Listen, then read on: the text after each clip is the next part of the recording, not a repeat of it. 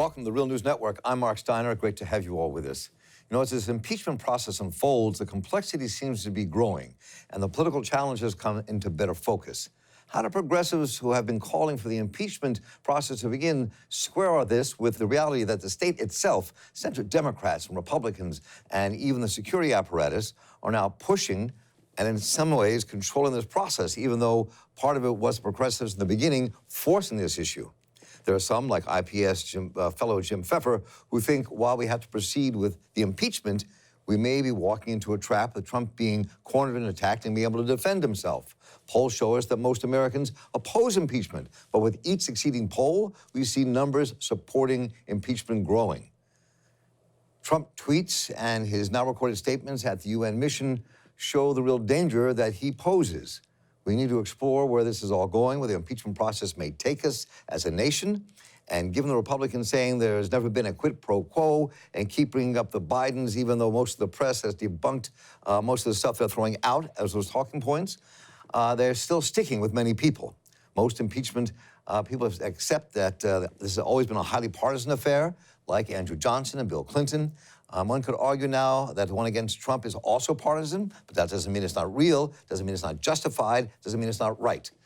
So let's stop here and see what kind of clarity our guest can bring to the discussion today. We're about to talk with John Nichols, who is the nation's national affairs correspondent, host of their Next Left podcast, and author of The Horsemen of the Trumpocalypse, a field guide to the most dangerous people in America, as well as the book he wrote with Robert McChesney, People Get Ready, The Fight Against a Jobless Economy and a Citizens-Less Democracy. And John, welcome back. Good to have you with us.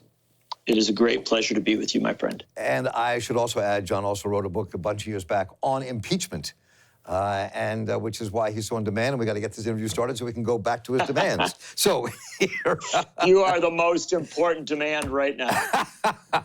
Thank you, Mr. Nichols. So let's begin.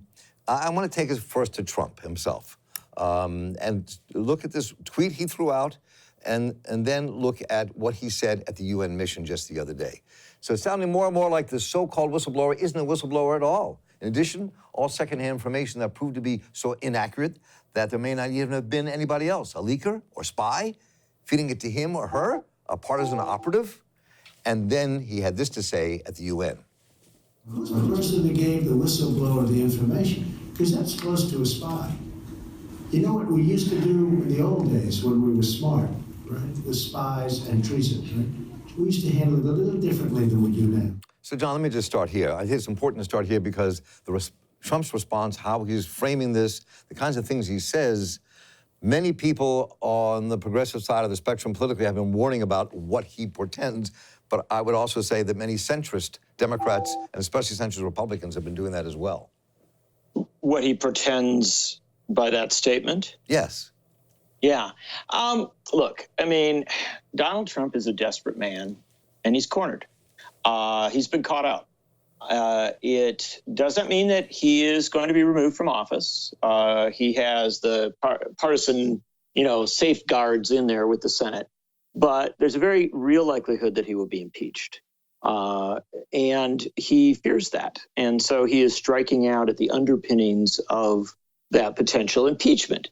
Now, the thing to understand here is that a lot of people worry about this whistleblower and, who he is, what he says, who she is, what she says, whatever. That's so secondary to what we're talking about here. The President of the United States has acknowledged, he has admitted that he engaged in a phone call with the leader of a foreign country. And the transcript of that phone call, released by the president, or at least some portion of the transcript of that phone call, confirms that he signaled to that foreign leader that that country, Ukraine, desperately needs the United States to remain in a stable position in one of the most difficult parts of the world. And then he said, do us a favor. And that favor is to investigate and go after a political rival. And then he even said, and I'll have my personal lawyer call you and maybe my attorney general, my flunky attorney general. People want to make these things complicated. This isn't complicated. You can impeach on that, period.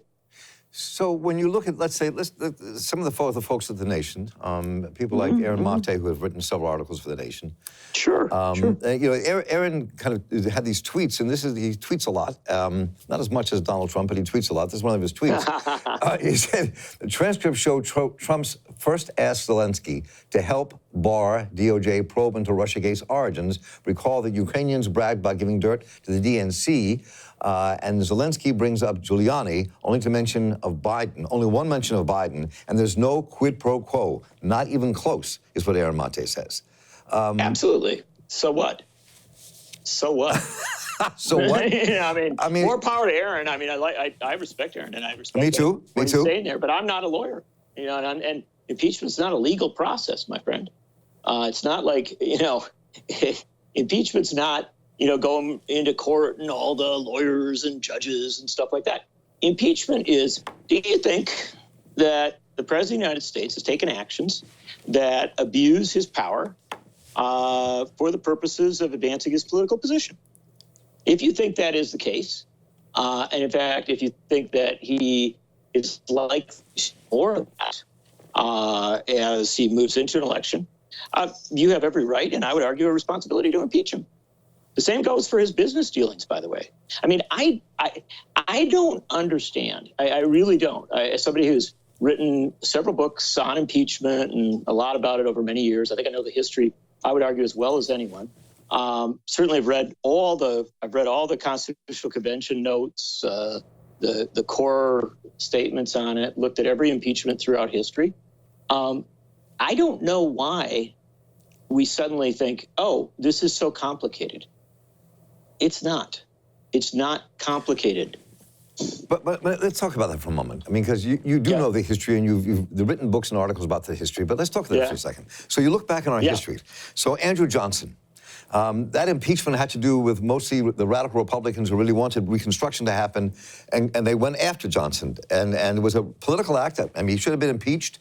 He lost by 1 vote, so it didn't happen. And then you have the impeachment of Bill Clinton. That didn't happen either. I mean, that was clearly a partisan push. So when you look at those, and we can take Richard Nixon, which is completely different because of what they were caught doing with Watergate, which even forced many Republicans to endorse that impeachment process after a while. At the end of the day. At the end of the day, right? Literally, yes, at the end of the day. But that still happened. So there's not been a president yet who's actually been removed from office because of an impeachment process. Other than Nixon, who resigned, doesn't go through it, right? So what does this come out at the end of the day if Republicans control the Senate, even though there could be a push in the House over these issues? Where do you see this going? This is why I love impeachment. Impeachment is so cool. That's a great bumper sticker. I love impeachment. It is so cool. It is so impressive. It is such a powerful tool that the impeachment is not done very often, but when it has been done, one president who was impeached decided not to run for re-election. Another president who's threatened with impeachment decided to quit rather than face the actual vote. If you go back into, proposals to impeach, like the proposal of House and Senate Republicans to impeach Harry Truman for seizing the steel plants in 1952, it didn't even get to introducing resolutions before you had everybody scrambling back from it. And again, in that case, Truman announcing very shortly thereafter that he wasn't going to run for re-election.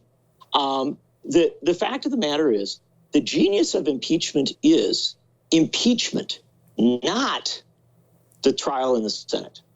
When a president is impeached, when a president is, in the political context, indicted for his or her wrongdoing, it is at that point that, the accountability bell goes off. Now, the Senate may, as it has in judicial impeachments and some other ones along the way, the Senate may actually take it to trial and remove the person. That could happen. But even if it does not, the reality of it, the reality that the Congress of the United States has put this marker down, has tremendous meaning, tremendous power. It always has throughout history. There's simply no question of it. And what I would suggest to you is that if the House impeaches Donald Trump, tremendous pressure will be put on the Senate. We will see what the Senate does. If the Senate chooses, as I expect, to defend Donald Trump, so be it. Then the process is done, but the impeachment is real, and we then move to the point where the American people get to weigh in, which is the most wonderful thing of all. You get to have an election in 2020. On one side, you've got Trump, his corruption, and the people who defended that corruption. On the other side, you've got people who challenge that corruption and propose to replace it. That's a better election than most. So let's conclude with this. I know we have to end, and you also have to run for another interview. So We got a few more minutes. We got a couple more minutes. So let's look at this. We don't have time to play all these clips I was going to play. Senator Graham and his contradictions between 1998 and what he's been saying now about this impeachment. But the other day on Fox News, DeGenoa, the former attorney, U.S. attorney, had this to say, and this is part of a kind of a larger question when you look at the polls, like the NPR, PBS, Marist poll that just came out. The polls are mostly showing, if you look at them in aggregate, how close this is. And even though people are growing in their supporting impeachment, it's still a long haul for most Americans. But let's listen to what he has to say and how we counter this. We've known from the very beginning that Mr. Shokin was not a corrupt prosecutor. We've known that he was removed from office under pressure from Vice President Biden because he was investigating the vice president's son and because of his vice president's connection to Burisma Holdings. This is so clear and so obvious, and it is precisely why the Democrats have undertaken this new move against the President of the United States with this corrupt allegation that there was something wrong with a phone call with the president of Ukraine. This is ridiculous. And the reason the Democrats have undertaken this offensive is to protect Vice President Biden. So Joe DeGenova, and this is part of a larger public talking points. I heard them on Morning Edition. I've heard them all over the place. Sure. So this was where it becomes a different kind of political battle. It's a political battle for the hearts and minds in this country. It's a political battle for the streets. So I mean, so he has his talking points, and the others have their talking points. Sure. And there's simply no question that. But isn't it interesting that many of the people who are the least likely to get excited about Joe Biden have been the most ardent advocates for impeachment?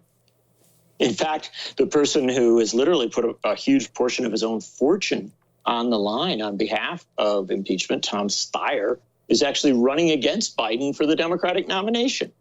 And in fact, if you go into the House, people who've been the most ardent advocates for impeachment tend to be well to the left of where Biden is, in fact, very much on the. So, I mean, I like people who, like come up with arguments. It's always fun to watch and all that. But in reality, impeachment is not, a product of those who would want to protect Joe Biden. That's what Donald Trump would like to imagine.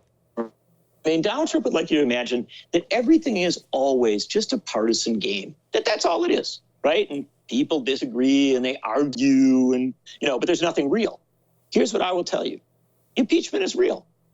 It takes guts. It takes courage. There's a lot of people who are always going to try and talk around it, talk themselves out of it, avoid it. That's just simply the case. There's no question whatsoever that is reality.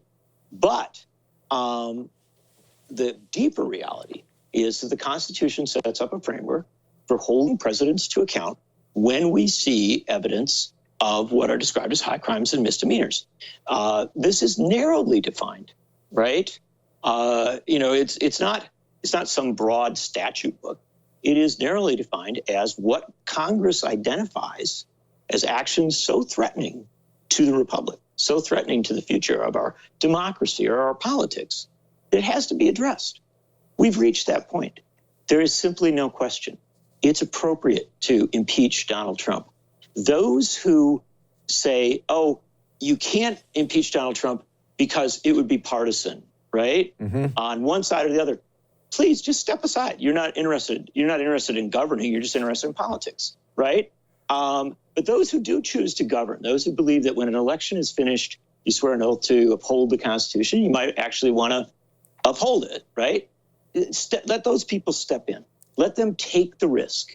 If indeed impeachment is a trap or it's some sort of, political third rail and, everything goes to hell, right? Then where would we be? Well, I don't know. We might end up in a position where Donald Trump is president. Oh, hold it. That's where we're at now. Well, John Nichols, it's always, for me, I've known you a while now, it's always to hear your calm clarity and focus in these conversations. I want to thank you so much for joining us today, and I'm going to harass you some more in the coming weeks to join us some more. I would love to join you, and I would love to join you with a better computer so we can actually look at each other in real faces. Your wonderful technical crew, has been searching out photos and stuff like that, and I appreciate it. But let me just say that you always are and always remain just such a great inquisitor on these issues. I wish you were on the House Judiciary Committee. I'll talk to Jamie about that. John Nichols, thanks so much. It's good Take to care, talk to you. brother. All right, take care, man. And I want to thank our crew here for making this, what could have been a technical disaster, really work, as they always do. And I'm Mark Steiner here with the Real News Network. You know we're staying on top of this impeachment for all of us, for you. Take care.